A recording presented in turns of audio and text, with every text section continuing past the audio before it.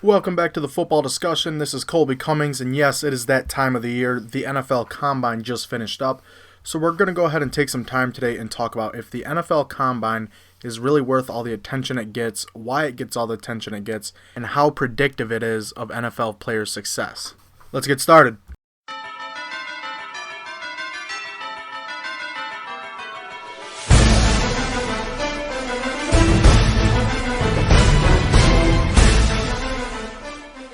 We'll go ahead and start off with a quick trivia question. When and where was the first NFL Combine? Answer at the end of the show. So the first thing I want to talk about is the famous 40-yard dash. It's one of everybody's favorite things to watch. Definitely one of the more interesting drills there in terms of viewership. It definitely gets the most attention and coverage from the media. So what the 40-yard dash really measures is linear speed. It's just straight line speed. He's fast. He's really, really fast. I mean, he's so fast. He makes fast people look not fast. So looking at a little bit of research, according to a few studies, faster 40-yard dash times were actually strongly related to NFL success for running backs, but not as much for quarterbacks and wide receivers. It really just begs the question, in 2000, why the hell was Tom Brady even running the 40? Whoever needed to know how fast he was going to be running 40 yards? When is he ever going to be open long enough to get away for 40 yards? That's a real question. Anybody who ever watched him play one football game can tell you he's not taking off for 40-yard runs. And that was true in 2000, and it's been true his entire career, and it's still true to this day. So I think really for some players, a 40-yard dash is just a completely useless, it's a useless measure. So what are we supposed to do with it? But then people like to argue that it's important for wide receivers because obviously they are the ones running downfield. It's supposed to be important for cornerbacks because they're the one chasing after the wide receiver. But really there isn't a strong relationship that the 40-yard dash is very predictive of really anything other than that's how fast you run the 40-yard dash. As far as running backs, there is a pretty strong correlation between 40-yard dash times and the success that a running back is going to have in the NFL. But actually one drill that's actually even more predictive, surprisingly to me, was the broad jump. It kind of measures explosiveness, which is definitely going to be important for a running back. They obviously start plays, they're crouched.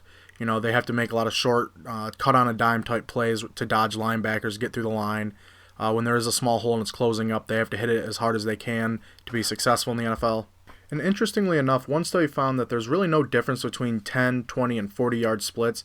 Players who are fast in one are fast in all of them.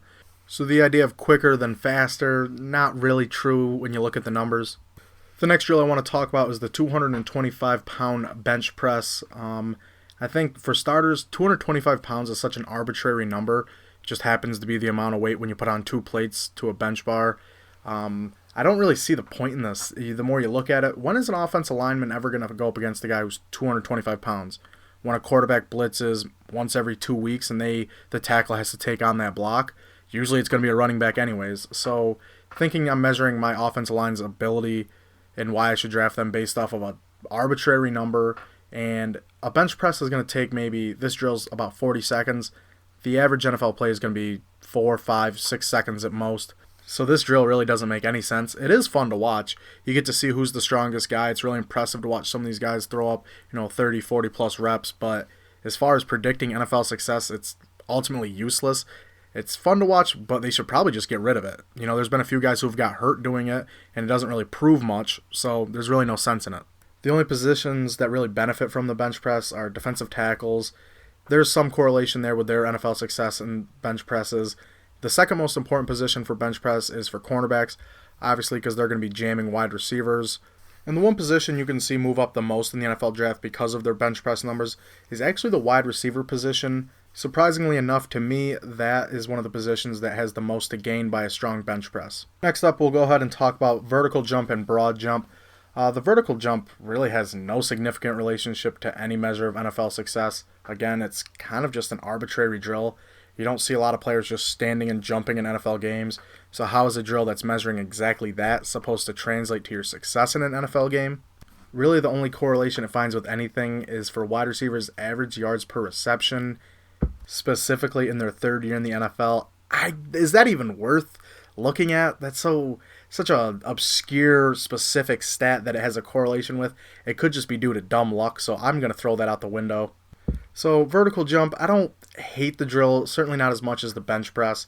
I do think it is somewhat important, if you're talking about drafting a wide receiver, a tight end that you're going to use near the goal line for fade routes, I think it's important to some degree. but I think you can't just look at vertical jump alone. You have to roll the film, just like any of these drills. You have to roll the film and see what the player's really made of. A player's ability to high point the football, catch the ball in traffic, and their body control and tracking the ball in the air, those are all just as important as how high they can jump. You can't just have one of those measures. You need them all to decide if that's a good wide receiver or if that's one of their strong skill sets.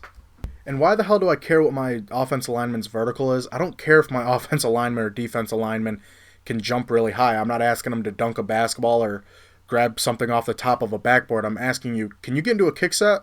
Can you pass off a defensive end and get the linebacker that's coming around the edge on a stunt blitz call? That's what offensive linemen are asked to do. This doesn't measure that even closely. So this drill for offensive linemen, I don't even know why they participate in it. It's like asking the punter to go bench. Just doesn't make a whole lot of sense to me. Those are the measurables that people look at the most commonly. None of them that I really like. I think they're just better measures of athleticism. And yes, better athletes probably are going to do better in the NFL. You look at pretty much any wide receiver, cornerback, they're all superb athletes at that level. But I don't think just their numbers, where they measure at in the combine, is going to be predictive, and the numbers support that. Some of the other things that go down at the combine that I actually do like, some of the lineman drills I think are really good, like the kick steps and the mirror drills. They really represent what an NFL lineman is going to do on Sundays. So I think when you get a chance to watch them do that, that is definitely more interesting and more effective. I also like the defensive back mirror drill. It lets you see how a defensive back is able to flip their hips, how fluid they are, if they have stiff hips, or if they're easily getting in and out of their breaks. And it also lets you see if they have good footwork. That's going to be really important when you're covering guys, in short areas or in man coverage. And the one for wide receivers that I kind of like, I don't hate as much as I hate, the bench press and the straight line speed. The sideline to sideline drill, where they're running across the sideline and looking left, catching the ball, looking right. I don't mind that one because it does test how quickly they're able to react. They're making a catch on the move. It somewhat simulates a game, so I don't think that's such a bad drill. Certainly doesn't get as much attention as the 40 times. But all in all, just these raw numbers at the combine, they're just so overgassed. I hate to just shit talk the NFL combine because I'm as guilty as anyone. I'm still going to watch it every year. But that being said, I know that these numbers, they don't mean a whole lot. I don't care how fast my quarterback can run the 40. I care if you can identify a blitz coverage, if you can tell me if it's cover 2 or cover 4 by the time you're in your second progression. These drills really just don't measure what you're actually going to be doing on Sundays. So I don't like combine drills. That's personally where I stand. And overall, a couple of studies that I've looked at, they say that the combine is only able to predict about 20 to 25% of a player's future NFL success. Obviously, NFL success is measured by, how long they play, how much money they make, Pro Bowls, All Pros, all those types of things. So the numbers are kind of backing up what I'm saying, that the combine really just isn't a great measure or very predictive at all. But it is definitely fun to watch, and that's why it rakes in over $8 million in annual revenue for Indianapolis, and that's why it keeps going on. I think anymore it's more of a marketing ploy. It is fun to watch, and I'm not telling you to not watch it. I'm just saying, please pump the brakes on it. Do not jump out the window at John Ross because he broke the 40 record, because what has he done since? He's been hurt like he was in college, which brings me to another point. The medical evaluations that go down at the combine, those are an important part of the combine. All the drills, all the flashy stuff, it doesn't really mean much, like I've said a million times. Say you have chronic injury problems, that's something that coaches should be concerned about. That's something that fans should look into more instead of just looking at 40 times and how high a guy jumped one time. So all in all, the studies that I was able to look at and do a little bit of research on, they argue that the combine is most important for defensive ends, outside linebackers, and cornerbacks in predicting success, but even those, it's not very strong. And the positions where you see the least amount of correlation in predicting success based off of combine numbers are the wide receiver positions and free safety positions.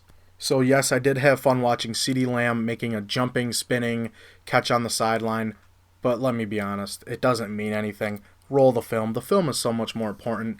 Really what the combine offers is a chance for you to take what you've seen on film and how you feel about a player, and then you get to see it, on the combine numbers. If a guy looks fast in film, he should look fast in the 40, so it'll kind of confirm what you already think you believe. And I think that's ultimately what the combine gives coaches and scouts. It lets them know if their eyes in the film are lying to them by getting a couple of raw numbers. In terms of draft position importance, the combine is most important for centers, outside linebackers, quarterbacks, and cornerbacks. And then the least important positions are inside linebacker and wide receiver. Those are the positions that are least affected by how their performance at the combine translate to where they're going to get drafted. So there you have it, the NFL Combine. Please keep watching, have fun. It'll make for good Twitter discussions, but it's not going to tell you if a player is going to be successful. That's ultimately pretty random. It's great for measuring raw athleticism, not so good for measuring how good you're going to be in the NFL. So the answer to our trivia question, when and where the first NFL Combine was held. The NFL Combine has been around since 1982 and started in Tampa, Florida, and is now held in Indianapolis, Indiana. So thanks again for listening to the football discussion, where we got a chance to talk about what the Combine means, what it really stands for now, and what fans should be thinking about it going forward.